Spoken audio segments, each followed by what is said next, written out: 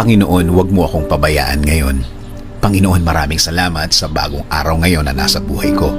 Maraming salamat sa mga bagong pagkakataon na kasama ng araw na ito. Salamat sa bagong gising ko na kasama ang mga bagong pag-asa. Panginoon, hinihiling ko po sa inyo na huwag niyo po akong pabayaan ngayong araw.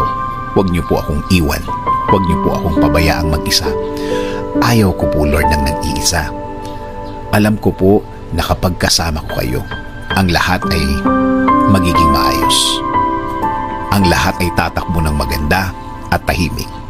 Ang isang araw na kasama kayo, Lord, ay isang araw na nasa tama ang lahat. Alam ko, Lord, na ikaw ang magiging guide ko.